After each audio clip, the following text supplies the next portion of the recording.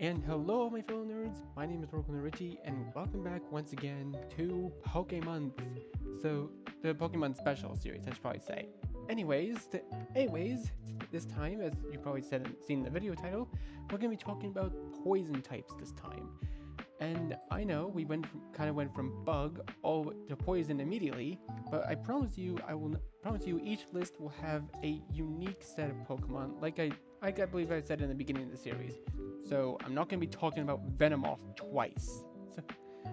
So, since each list is not going to have any repeats, at least I hope it doesn't, then we can actually be safely assured that each list will be unique. So, poison types, the ones that pretty much will you down to your basically nothing. And there's a reason why poison type has to exist. I mean, aside from the fact that it was one of the first types introduced, one of the first 15 types, I should say. It was then increased to 17 types and types in Generation 2, and poison pretty much got the nerf of the Steel type, which was completely immune to him. At least until Generation 7 came around and introduced Salazzle with the corrosion ability. But I'm getting a bit of ahead of myself. Anyways, poison types. The ones that Kanto has the most abundance of, aside from water types being the most common types, poison is by far one of the more interesting ones to think about. Like, nobody really thinks poison when you think of Pokemon. They mostly think of the other elemental types, fire, water, grass, electric. Heck, they would even think normal types. I doubt any of them even think about poison types. It's basically the one typing that you never really expect to get any sort of wins, and it's just that one type that slowly whittles you down until you're basically nothing but dried up bones. And let's face it, that's a fate worse than death. So, and aside from me never recovering from working on the bug type list, here are 10 of my favorite poison type Pokemon. Now, choosing 10 of my favorite poison types was actually pretty challenging. Not as challenging as the bug type video, but still pretty difficult. Poison is one of the underrated types that barely anybody talks about either because, well, poison being too abundant in Kanto, or the fact that hardly anyone ever uses them in competitive. The fact that the fact that it was until the fairy type was introduced. And thus buffing the poison type, giving it a new type to be strong against, which, again, fairy type is the best type in the entire game. So of course it's super effective against it. But it also makes sense lore-wise, considering that fairies are very well connected to nature, and if you poison nature, you poison the fairies. So it makes a lot of sense. So it may surprise you that some of my picks when it comes to top 10 poison types are very unconventional, much like this one.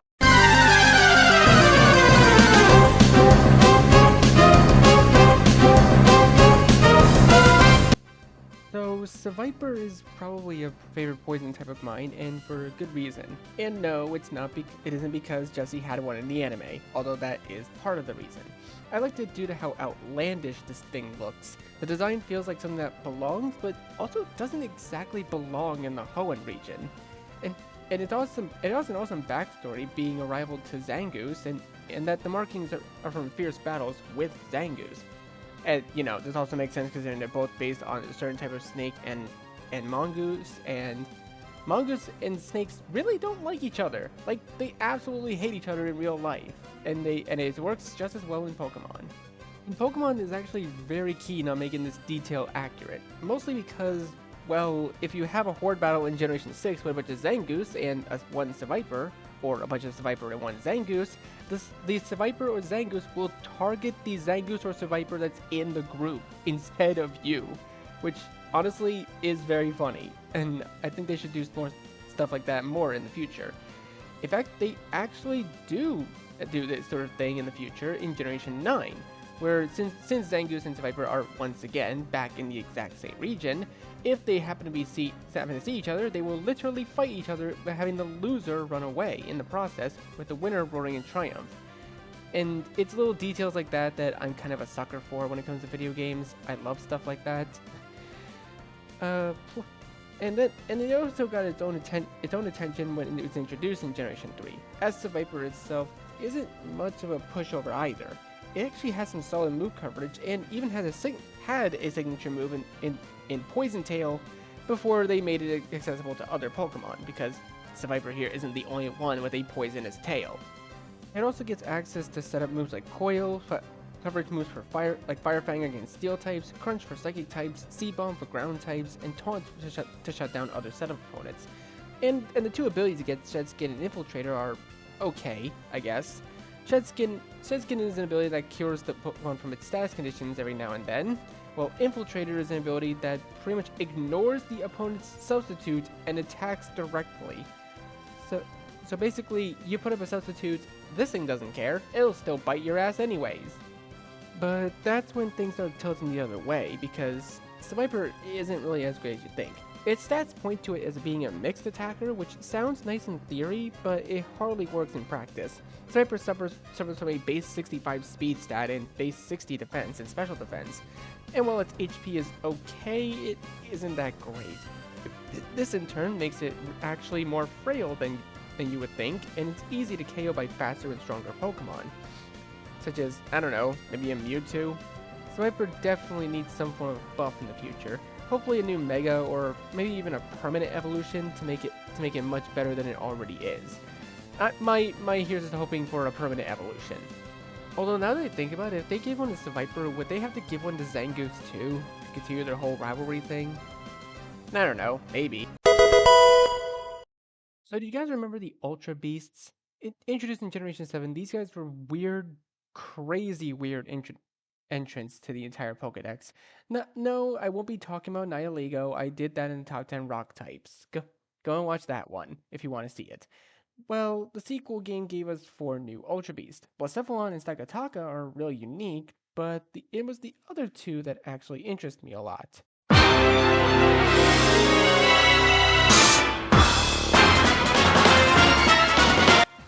Poipole is probably one of the more unique additions to, as it is the only Ultra Beast that can actually evolve, but only if it knows Dragon Pulse, a small price to pay for evolution.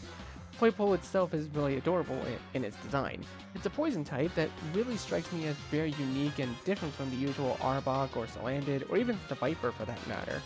Its dex entries discuss how Poipole is often chosen as a starter in its home world, and by design, it's meant to seem strange and alien, and that's how it is. An alien creature that is super curious about absolutely everything. Heck, even Ash knew one in the anime, and it even evolved into Naganadel? How are you even supposed to pronounce this Pokemon's name again? So, it's pronounced Naganadel. That's honestly kind of a weird pronunciation of it, to be honest. But I guess weird makes sense, considering these two aren't really from the regular Pokemon world. They're from Ultra Space, a completely different dimension that all Ultra Beasts exist in. To which, you know, as the Pokedex entries say, that they're a common occurrence in their home worlds, just not in ours. So essentially, they're aliens, like they always are. You know, Ash, but aside from Ash owning a Naganadel himself, as well as knowing the Poipole that all the way back then, Poipole itself actually does have decent stats all around, with making it a nice and even 420. Poipole itself gets coverage moves like Iron Head, Fell Stinger, and oh wait, no, sorry, Iron Tail. My bad. I can't read scripts properly apparently. So it has coverage moves like Fell Stinger, Iron Tail, and Dragon Pulse, which is, again, the move required for it to evolve to Naganadel. And like the other Ultra Beasts, it even has the Beast Boost ability, which boosts whatever is its highest stat. And its highest stat is actually a tie between attack, special attack, and speed. So what stat is boosted is sort of just dependent on what nature it is. And I do enjoy how it works as a Pokemon, though it has its flaws. Since it's pure poison type, that means it's weak to Psychic and Ground, and evolving it, while it does give it more resistances, actually adds Ice and Dragon as its new weaknesses. Its stats are mostly middle of the road, and evolving it only improves them a bit, with special attack and speed being the ones giving a major boost. And this in turn makes Poipole and Naganadel more frail than you think, which I guess makes poison a frail typing in general, since that makes sense. The whole point of poison typing is to wear down the enemy, and these two kind of take that to a different sort of approach. They're just full-on attackers.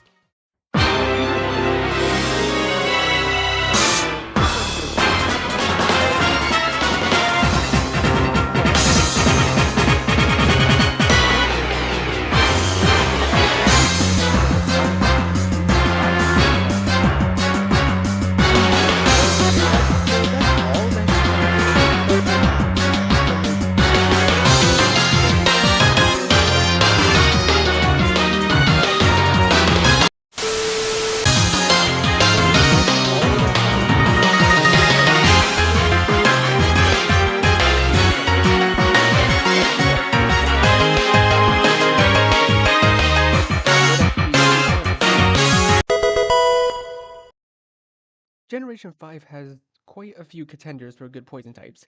I unironically actually did like Garbodor quite a bit, especially since it got its own G-Max form later in the line, but there were two others that struck me as interesting. One I'll be covering later, and the other one is actually competitively viable.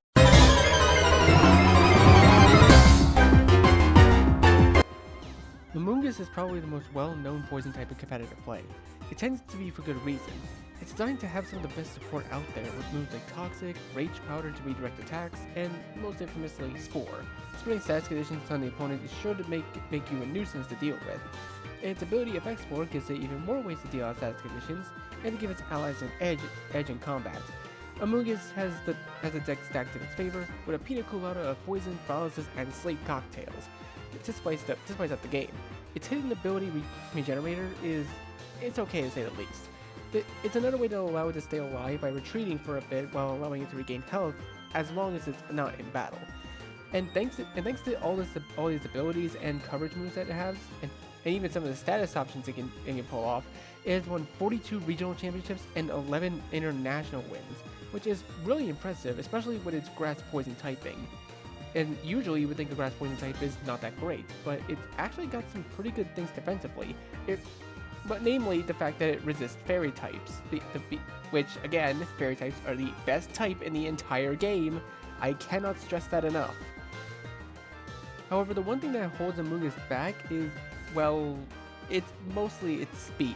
Its speed is actually really freaking low, and that makes it mostly useful in Trick Room teams that allow Amoonguss to actually spread status conditions a bit more effectively. Because since it's so slow, it'll actually go first in Trick Room. Or, well, unless any other Pokemon in the field is slower than it, which I highly doubt. And it's also very, very, very weak to a lot of typings, namely Ice, Poison, Psychic. Sorry, I didn't mean to say Poison. It's not weak to Poison. I meant to say it's weak to Ice, Flying, Fire, and Psychic. Because these four types are pretty common attacking types, with Fire and Flying being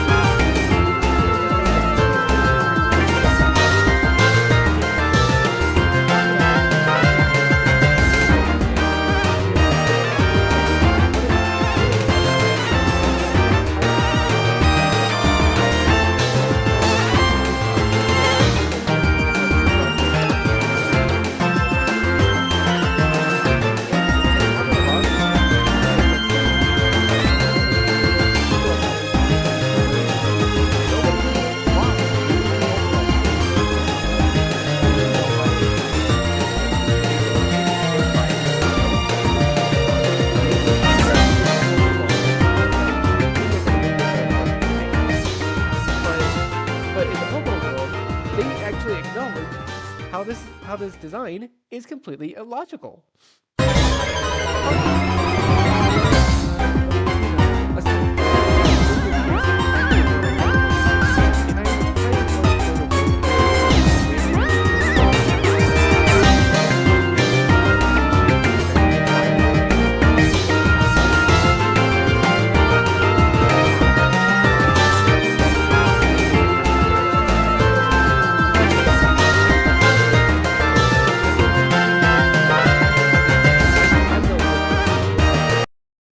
Right. Also, I forgot to mention this, but I'm editing this in now because I forgot to actually tell you guys that Amoonguss here also has a that Amoonguss also has a paradox form in the name of Brute Bonnet.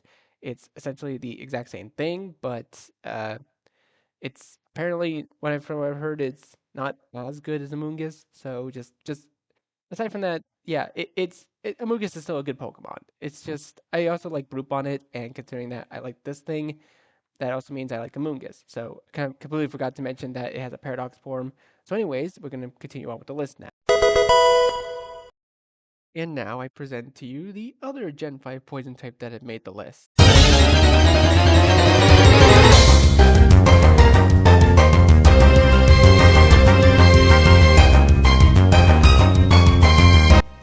Say what you will, but Scolipede is far more powerful than one might think. Arguably having a possibly worse typing than Amoonguss, being Bug Poison type, but it is still a great Pokemon in its own right. Just replace the Ice weakness with a Rock weakness, and there you go. New Pokemon. However, Scolipede is actually far from weak. Its stats are actually pretty decent, and aside from its special attack, like it was using that anyways, they point to it being a speedy physical attacker, and its move pool is actually pretty diverse, and gets moves like Smart Strike, Sword Stance, and Earthquake. It even learns spikes to set up entry hazards. Not to mention its actual abilities, which is where this whole strategy comes together. While Poison Point and Swarm are niche at best, at either poisoning the opponent if they make contact, or boosting bug type moves when you're in a pinch, its hidden ability is Speed Boost. And if you used Mega Blaziken back in the days, you would know how dangerous that can be. So if you set up Speed Boost with Protect and Sword Stance, then Scolipede has the potential to either sweep the entire enemy team, or he can just baton pass it to another Pokemon in waiting and let them clean up instead. Then there's its Pokedex entries, which actually usually go into how it's usually just its hunting methods. But then there's its Shield Dex entry, which I actually did read because I actually own a copy of Pokemon Shield. And its Shield entry actually states, Scolipede engage fierce battles with Scent Scorch. At the end of these battles, the victor makes a meal of the loser. I don't know about you, but when I saw that Dex entry, it kind of reminded me of the same relationship that Grapploct and Golisopod have. And I don't know what it is about bug types just fighting each other and the winner eating the loser. Like, I feel like that's just a thing with bug types now. Like, it started in Gen 8, and I think it still continues on to this day. I don't know. And the fact that they do similar things, it's actually kind of interesting. And I also really like this thing's design. Also, can I just say that Golisopod's shiny colorings are also really nice as well? And that adds a bit of bonus points. But you're probably wondering what the downsides of Scolipede is, and honestly, the downsides are pretty obvious. It's typing. Bug Poison is not that great defensively, especially when your opponent has, maybe a Charizard on the field, or just anything that can one-shot Scolipede just like that before it can even set up with Protect, or anything that at least knows the move Feint. Wait, no, not Feint like F-A-I-N-T, like Feint as in F-E-I-N-T, a move that basically shatters through Protect and does damage anyways. And also Scolipede can just be, forcibly switched out, meaning it has to set up again, and it might get switched back into Stealth Rocks or Spikes, which is very threatening to it, especially since it doesn't have that great of HP. And the only good stats that it has are actually its attack and speed, which is what it's focusing on. It's not like it was using a special attack anyways, and special defense and physical defense are shaky at the best times.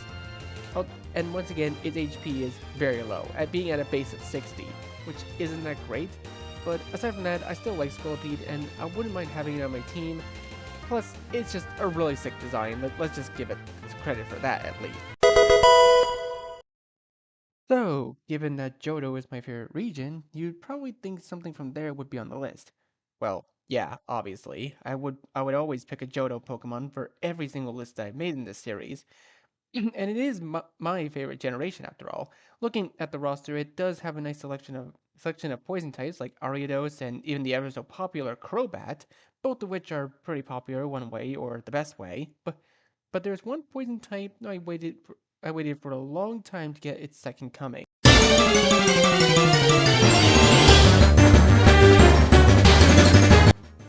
Quillfish is one Pokemon no one really thinks about, to be honest. From the moment it was introduced, it was really weak. Its physical attack was decent, but it found only a small niche as a support Pokemon, being able to set up spikes and toxic spikes. But that was about it. Poison Water is also an interesting type combo, but that leaves it with the same exact weaknesses as Tentacruel, which isn't really ideal. But then many years later, in Generation 8, we will get a brand new variant of Quillfish from the old region of Hisui in Pokemon Legends Arceus, and it significantly buffed Quillfish by a lot. First of all, instead of being a poison water type, it is a poison and dark type now, which turns one of its weaknesses into an immunity, and therefore it also isn't weak to fairy or fighting because of its poison typing. And honestly, dark poison is a very interesting type combination for this thing. But aside from that, this new form, it also got a brand new evolution in the form of Overquill, which, by the way, is the funniest name in all of Pokemon. Like, seriously, how can you not laugh at the name? It's Overquill, like overkill. I love it. But aside from it being one of the most creative names in all Pokemon, Overquill actually does get quite a good boost to its stats. Its special stats get a 10-point increase each, and the rest go into its other stats, the highest of which being its physical attack and defense. The only thing good about Quillfish and Overquill is that they have access to Intimidate, which is a great ability, by the way, to have in most battles. The downside is, once again, their stats. And looking closely at both of them, they're actually far more frail than one would think. It's best to lead with them and intimidate the enemy and set up entry hazards, rather than fighting with them outright. But even so, I do love these Pokemon, and their designs are, again, really cool. Once again, Overquill's name is the funniest in all of Pokemon. And again, I wouldn't not give love to my favorite Johtonian version, because, well, the Johto version is the one I grew up with. I like Johto Quillfish, but it's just not that great in competitive. And its Hisuian form essentially just improves upon it, and I love it. And I kind of wish they did things like this with more Johto Pokemon, because most Johto Pokemon need more power boosts. I'm really hoping we get some sort of different form for Ho-Oh and Lugia or something. Oh, maybe they'll get a Mega in the Mega Dimensions DLC. Who knows? So, 9 generations. It took 9 generations to finally give us a normal poison type, huh? Took them long enough.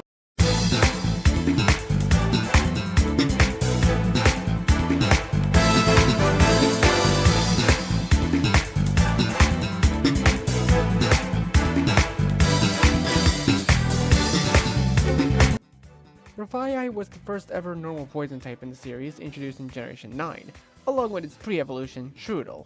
Grafaiai was a very unique twist on the typing, again using a typing that had not been used before that time, and the stat spread makes it out to be a speedy physical attacker, kind of like Scolipede, but the move pool seems to be more catered towards entry hazards and being a terrain sweeper, mostly with either grassy terrain or psychic terrain. The highest tier Grafaiai has ever reached in competitive recently is PU, but otherwise known as partially used. Nowadays, it's actually better. It's better in the ZU or zero use tier. I don't know why most of my favorite Pokemon have zero use in competitive play, but however, Grafaiai actually does have a signature move in the form of Doodle. This move essentially changes the ability of it and its ally to that of the target. So imagine making both of your Pokemon steal and Intimidate or even the Levitate ability from the enemy. Not to say Grafaiai doesn't have an okay ability. It gets Poison Touch, which is very niche, but it also gets the ability Unburden, which doubles its speed if its held item is already used up. However, its hidden ability is Prankster, an ability that gives priority to status moves. You could run quite a few tricky setups from this one move alone, especially if it's just the move Doodle. That is, if Grafaiai was any good. Like I said, Grafaiai's stats kind of hit and miss, and it is built to be a speedy physical attacker, but it is frail on the special side. One good Earth Power or Psychic attack, and this thing gets taken down pretty easily. But I'm just happy we finally got a Pokemon in an unused type combo for once. Like, can we get more Pokemon like this? we still have a couple of other normal combinations to do. Normal ice, normal rock, like any other things like normal bug. I can think of a few Pokemon who can fit those categories, but nope, we just don't get that apparently. We're not allowed to have nice things for some reason. I mean, sure, I'm going off a bit of a tangent here, but normal rock and normal ice have 4 times weakness to fightings, but look at Grafai. It's normal poison. Poison resists fighting, and therefore it kind of removes one of its weaknesses in exchange for 2 more, but one of them being ground and the other being psychic. But can you imagine using Doodle and stealing Levitate from the opponent? You basically shut down one of Grafai's weaknesses that way. And, well, again, if Grafai was any good. Still, I like to think that there's hope for my little artist I'm pretty sure it is just based on an lemur? Yeah, it's a lemur. I'm gonna say that I have hope for my little artist lemur here that spray paints everywhere. And, you know, also its pre-evolution Strudel is kind of adorable. Let's just leave it at that. Say what you will, but there's no denying that this Pokemon has earned its spot on this list.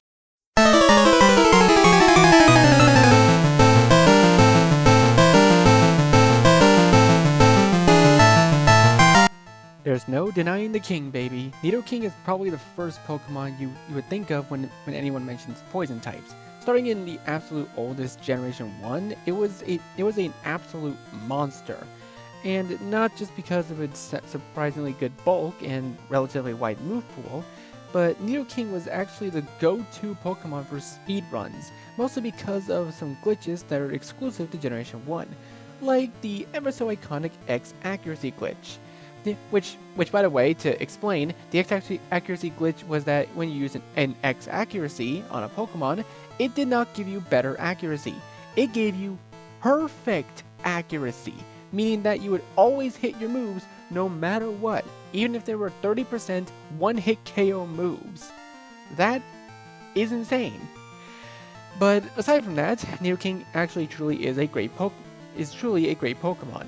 Its Pokédex entries actually discuss how tough it is, from Red and Blue saying that it always uses its tail to break its prey's bones, to Sword and Shield, where it actually is one of my favorite entries, is the Shield entry saying that it will go on a rampage when angered, but if it's in the presence of a Nidoqueen it's spent a long time with, it will immediately calm down.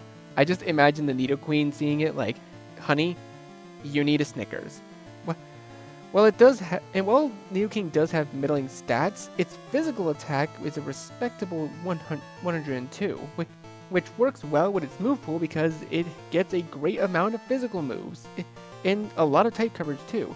It gets all the elemental punches, Thief, Rock Slide, Facade, Mega Horn, and even Smart Strike. And in competitive battles, it works more like a wall breaker thanks to its abilities. Well, once again, Poison Point is very niche at best, and its ability Rivalry is situational. And to explain, Rivalry is an ability that allows you to do more damage if your opponent is of the same gender, but if they're the opposite gender, you do less damage, which makes no sense to me. But anyways, Nidoking's actual good ability is its hidden ability, Sheer Force, which is very, very good as it boosts the power of moves with secondary effects, but the catch being that they lose those secondary effects. So combine Sheer Force with, God forbid, a Life Orb, and as much as I hate Life Orbs, and Nidoking is capable of dishing out serious damage.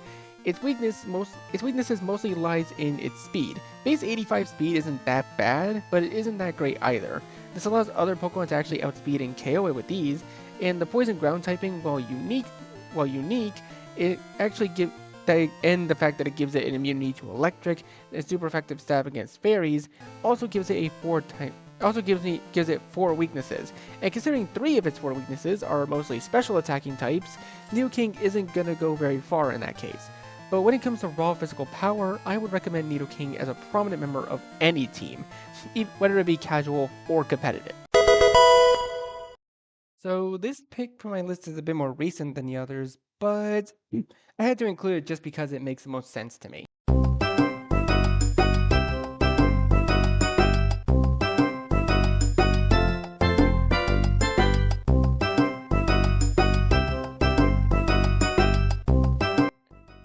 See, yeah, Krogunk was kind of just a no-brainer pick for me. Seeing as Brock had a Krogunk in the anime was interesting, of course, but my love for Krogunk actually came a bit more recently.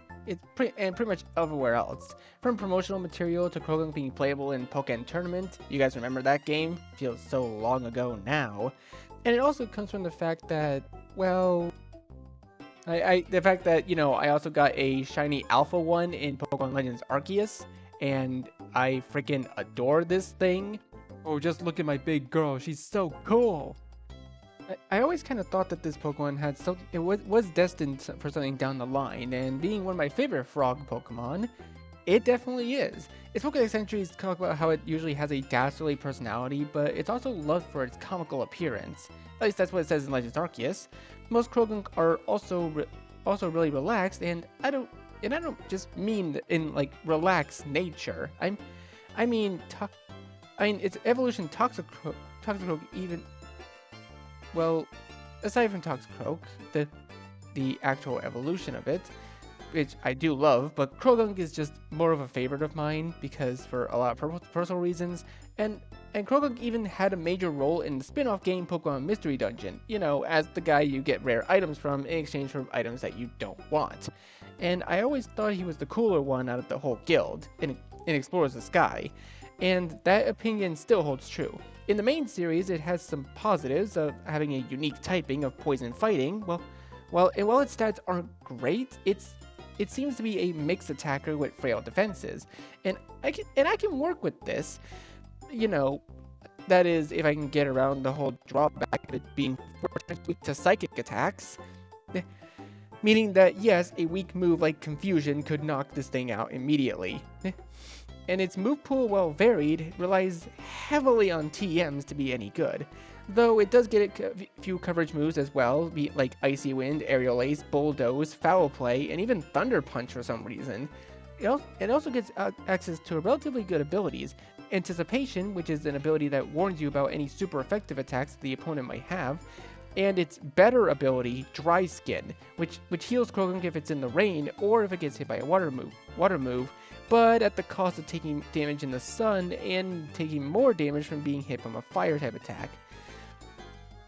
And its hidden ability is just Poison Touch, which again is kind of niche at best. It's just better to have a dry skin Krogunk than not have one at all.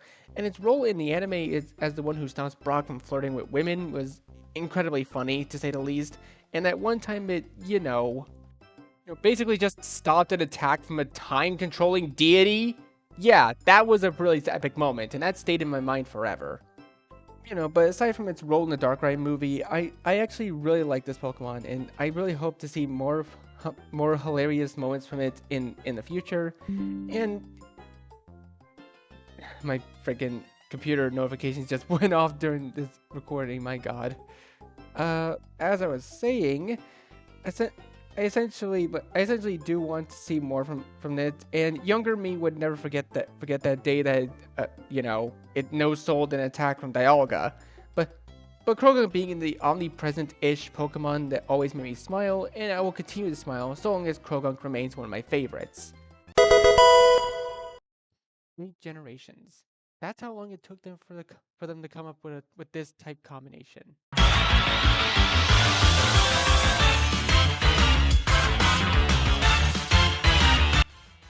I mean, I won't be the first to say it. I longed for this type combination for a long while, as most tend to think this would go to a Pokemon based on, a jellyfish, since it makes more sense. Those things feel electric, and it's also poisonous. Well, we were honestly surprised to see this Pokemon in response. In a Pokemon that is based on an Agama lizard with electric and poison powers. That strums its chest like a guitar is something I would never expect in any lifetime, and yet here we are. It quickly grew as one of my favorite Pokemon the moment I saw it. This thing evolves from the baby Pokemon Toxel, and it has 2 forms it can be, depending on Toxel's nature. Those 2 forms being called Ant form, which you're seeing on screen now, and Low Key form, which by the way is Low Key is my favorite form of the 2. It just looks so chilled and mellowed out. The only difference between the two forms is that they have one ability that's different, but that ability is either plus or minus depending which form it is. Its other abilities are actually very interesting, and its move pool is actually pretty varied. Well, that is if you consider it just purely normal poison and electric type moves varied, but sure, why not? But, but anyways, the one ability that these both get forms get is the signature ability, Punk Rock, which is an ability that only Toxtricity has, and it amps up the power of any sound-based moves that it knows. And the good part is that their signature move, Overdrive, is a sound-based move, which works really well with it. And their other ability, by the way, is Technician, which increases the power of a move that is 60 base power or less. And that's not even the end of what these two get, because these two also share the exact same Gigantamax form. Because yes, Gigantamax Toxtricity is a thing. And if anyone who was keen enough died, they would have noticed this thing on a poster during Sun and Moon. Or, well, specifically Ultra Sun and Ultra Moon, where you go to the Ultra Ruin to find Guzzlord. This thing actually appeared on a poster, and we didn't really know what it was at the time, but then Generation 8 came out and it's like, yeah, this makes sense now. And Gmax Toxtricity also gets its own signature move called Gmax Stun Shock, which essentially does damage, and it either poisons or paralyzes the target depending on at complete random. It's not really depending on anything, it's just completely random. Unless, you know, the target is like a Steelix or something that is immune to both poison and paralysis. But aside from that, Stun Shock is actually a pretty good move.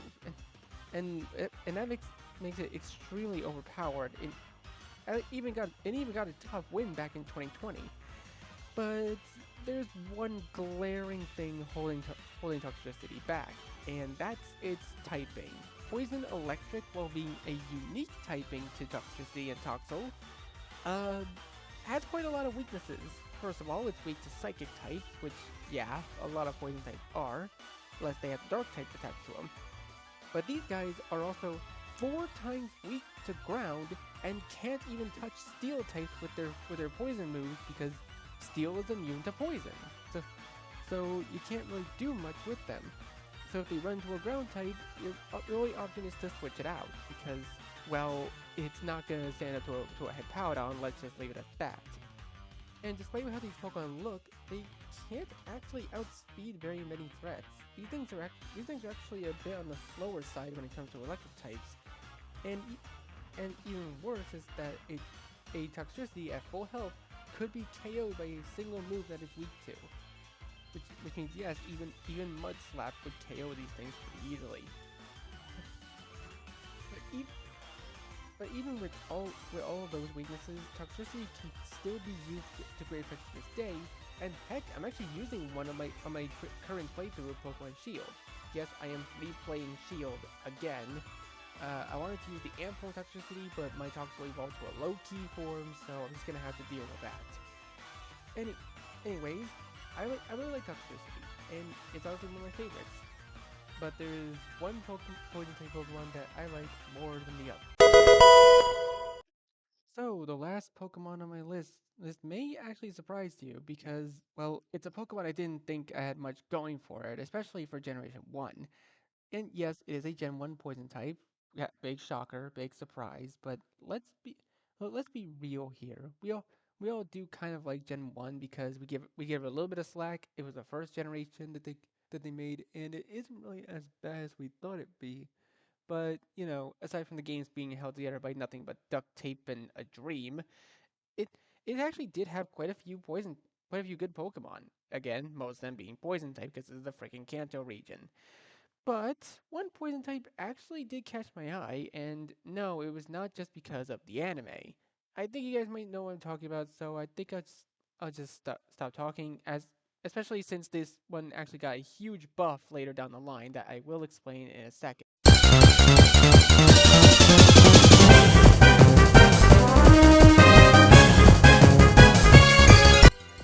So Yeah, Weezing was probably the unexpected pick of this list, huh?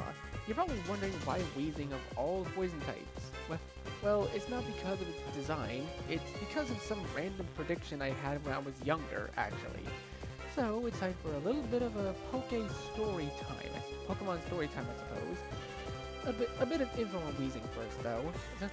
Though, this thing was actually James's partner back in the Generation 1 anime, all the way up until the Hoenn arc, where he released Weezing to live with a bunch of wild coughing. The same time that Jesse released Arbok to live with a bunch of wild Ekans. You know, you've probably seen that one episode, or seen a clip of it or something. It's going around the internet at some point. But the thing was an iconic Pokemon of the original anime, and also a pretty good comic relief in the best of times. In the game, it's kind of decent, with a very high physical defense stat of 120 and 90 physical attack. It's decent everything else, at least. It also has a very wide move pool that can help cover a lot of its weaknesses. And it is weak to Psychic and Ground, but it actually gets the ability Levitate, which removes its Ground-type weakness. Meaning it only has one weakness, which is only 2 times weakness to Psychic. Which, if you're playing Generation 1 anyways, you're probably using Alakazam anyways. Psychic types in Generation 1 were overpowered as hell, for no reason. But then we get back to its wide move pool, and it can learn things like Heat Wave, Thunderbolt, Dark Pulse, and even Shadow Ball. And being a pure poison type actually kind of helps it greatly against Pokemon like the starters Sceptile and Decidueye, and fights back against Passimian, and even hard counters Whimsicott. You know, the premier prankster Pokemon of Generation 5. Yeah, it hard counters that because that thing is 4 times weak to poison. But that's not the end of the praise I got for it. When Pokemon T's Generation 8, some of you will probably already see where I'm going with this, but let me explain first. So when Pokemon T's Generation 8, Sword and Shield, the fairy type was actually still fresh in my mind because Generation 6 was 2 generations ago, obviously. And I had just played the Gen 7 games Sun and Ultra Moon specifically. And it's actually kind of a funny story about that. See, me and my buddy Marcus I got Sun, he got Moon, and we made an agreement that when sequels come out, we get the opposite version. So I got Ultra Moon, while he got Ultra Sun. So when Generation 8 was teased, I was really hoping for a specific type combination. I was predicting that we would get a Poison Fairy type in Generation 8, and that was one of the things I actually really wanted. And I mean that seriously, because at that time, I was actually making my own fake Mon and concept ideas for what would be a Poison Fairy type. And this was the first draft of it. It was a little fake one I made called Pixie. I wasn't really that great at drawing Pokemon back then. It was a nightmare to get some design parts right.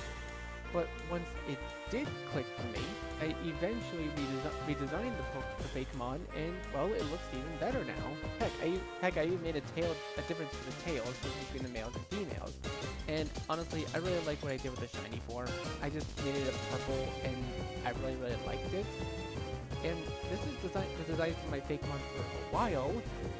That was until another user by the name of Aces, if they're actually watching this video, by the way. First of all, thank you, shout out to you. Second of all, Aces actually offered to redesign my little Fakemon here as something a little more official looking. And this was that redesign that they had made all that time ago. And yes, I still have access to it. I still like how they redesigned it, and I did really like how they gave the males pants instead of a skirt, when honestly I originally was intending for both to have skirts, but you know, this works. And you know, it also makes their shiny form look really good in comparison to how I made them. But that little sidetrack, that little thing aside, I was actually making it, and I thought that a Poison Fairy type would make sense to the Galar region because, you know, it's based in the UK, and fairies actually do have quite a lot to do with their folklore, funny enough. And I made this concept for Pixie, and yes, that is the name, Pixie, like Pixie and Toxic, which I thought was very clever. and this was back then during the amino days. And I made this concept all the way back in June 6th, 2019. June 6th, and then 2 months later, we get an official trailer that showed us some more Pokemon from the Galar region. And what was the thing that popped up in front of me during that one trailer 2 months later? That trailer had shown off the brand new Galarian Weezing. And I'm gonna be honest with you, the first time I saw this thing, I laughed my ass off. I was actually laughing because of how ridiculous it looked. It looks like a pipe stack. It looks like a bong. It looks like Doug Dimmadone's hat from Fairly Odd Parents. Yes, that's funny to me. I find this hilarious because I am a child. I'm not actually a child. Don't take that out of context. I'm 26. But I actually asked myself, okay, so it's a new Weezing. So what? Is it like poison ground or something because it's getting, or is it poison flying because of the fumes it puts in the air? Or nope. I was actually surprised that this thing is a poison fairy type, which was the exact typing that I was predicting that we would get in the next generation, in the Galar region. And when I found this out, I was just laughing my butt off. I knew we would get a poison fairy type, but not like this. I wasn't expecting us to get a regional variant of a Kanto Pokemon that became an unused type. Which means we didn't have an original Pokemon that is now the Kanto region that is Poison Fairy, and we still don't. As far as I'm aware, Galarian Weezing is the only Poison and Fairy type that exists. At least I think so. I could be wrong. But not to say Galarian Weezing didn't have any positives though. It first introduced to us a new signature move that it and only it can learn. A move called Strange Steam, which is a move that hits the foe and reduces their special defense by, or at least I think it reduces their special defense by 2 stages. I don't remember, but it does have a good chance to make them confused, which is a good thing to have. And then there was the ability it introduced. Neutralizing Gas is an ability that prevents all other abilities from happening on the field so long as Galarian Weezing stays in battle. So if you're thinking about swapping to a Pokemon to intimidate their physical attacker, oops, you can't because Intimidate doesn't activate due to neutralizing Gas. You want to set up Primordial C? Oops, you can't because neutralizing Gas says you can't. It basically is just an ability that counters every other ability, including Wonder Guard, which is absolutely insane, which basically means that Wonder Guard is just negated by this one smokestack. That's just really funny.